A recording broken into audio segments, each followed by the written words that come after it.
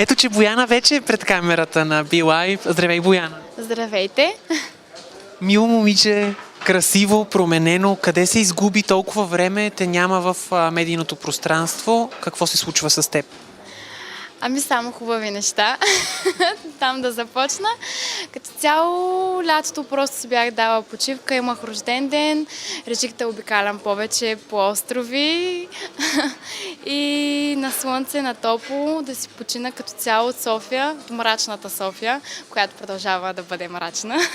Сега тук възниква въпроса, кой води Бояна по тези острови, по тези скъпи курорти? Нали знаеш в България как е?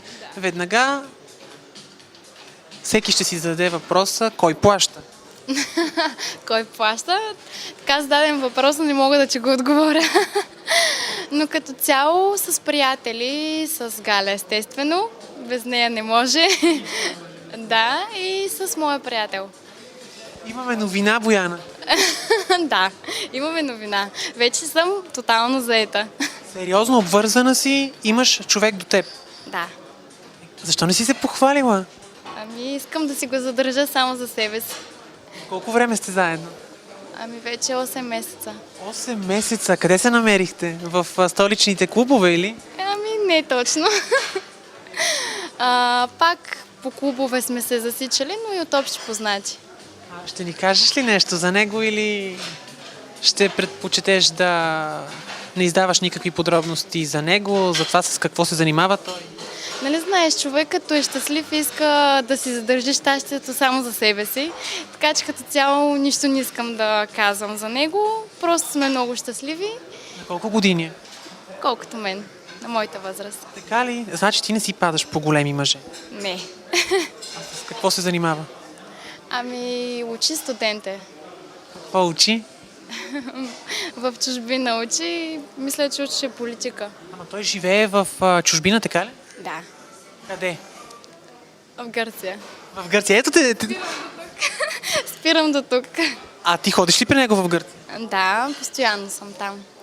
Тоест, може да кажем, че ти живееш в Гърция. Да, и ето къде се изгубих. Ето, сега вече намираме отговор на много въпроси. Добре де, а Галя сама ли живее? Знаем, всички знаят всъщност, че вие двете живеете заедно.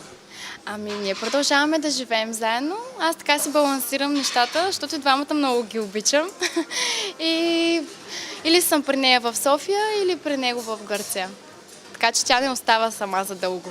Или тя идва при нас също, или в Стара Загора ходим, в нейния град. Заедно постоянно. Живот си живеете вие, Бояна. Мога.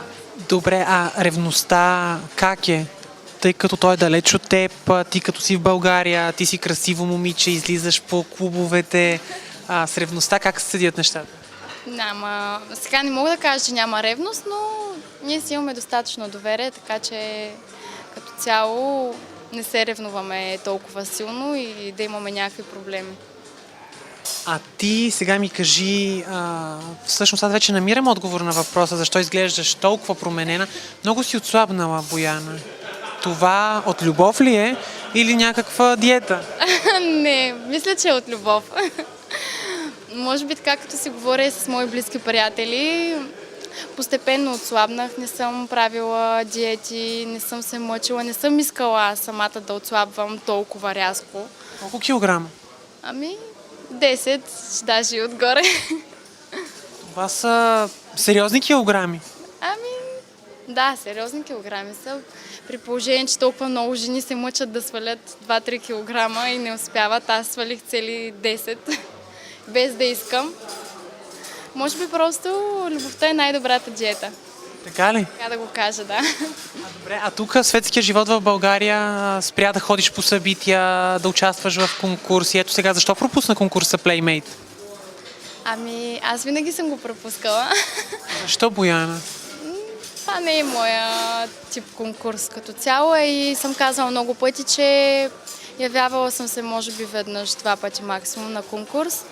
И това беше отдавна, може би преди 2-3 години. От тогава само и единствено се занимавам с снимки, фотосесии.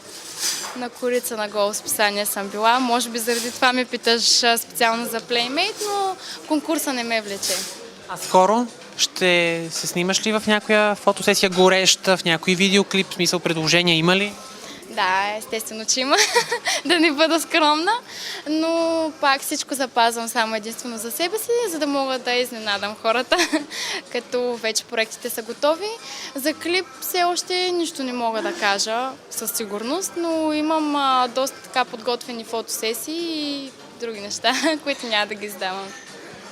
Как изкарахте, пак се връщам аз на темата за Галя, как изкарахте рождения ден на Галя?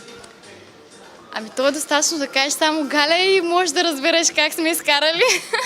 Не, много беше забавно, много весело. Стояхме до късно, почти затворихме дискотеката. Тя беше много щастлива. Духна няколко пъти свещички. На колко стана? На 23. Че тя малка бе, Бояна. Малка е, тя е с една година по-голяма от мен. Мънички момичета. Не сме много малки. Сега на 18-19, нали? Вече с двойката, като почнеш, не е толкова. А с тройката, а с четворката, мислила ли си? Мислила ли си за старостта? Естествено, всяка жена мисли за старостта и какво ще бъде след 5, 10, 20 години. Но като цяло това е хубаво, дай Боже да остарявам, нали, да съм жива и здрава, че да ги стигна тези години, така че какво толкова има да му мисля. Важното е да съм щастлива и да правя каквото аз обичам и независимо на колко години съм, нали така? Абсолютно важното е на колко се чувстваш ти и духът ти да е вечно млад, така че това е по-важно. А годините те са за документите. Абсолютно, и аз съм на това мнение. Добре, на финала, преди да пожелаеш нещо на нашите зрители и на нашите читатели, да те попитам един много важен въпрос. Гледаш ли Be Live? Четеш ли Be Live? Тоест да гледам теб. Така ли? Еми, ти си Be Live. Това винаги си говорим с приятелки, нали, Медо, Be Live, то в крайна сметка Be Live си ти. Така че естествено, че те гледаме винаги. Караш ме сега, наистина се чувствам много неудобно, Бояна. Наистина това. Ти редовно ти гледаме интервютата, влизаме в сайта, много ви обичаме медията, така че постоянно я следим. Много ти благодаря за хубавите думи. Наистина караш ме да се изчервявам. Какво сега ще пожелаеш на нашите верни зрители и читатели? Ами, тъй като аз съм много влюбена, им пожелавам и те да са влюбени, да имат една хубава споделена любов, най-вече да са здрави и хубави положителни емоции през новата 2015. Хубави емоции на теб. Благодаря ти за тази среща. Това, уважаеми зрители, беше Бояна Маринова в ресторант и пицария Фенси тук в Сити Център София.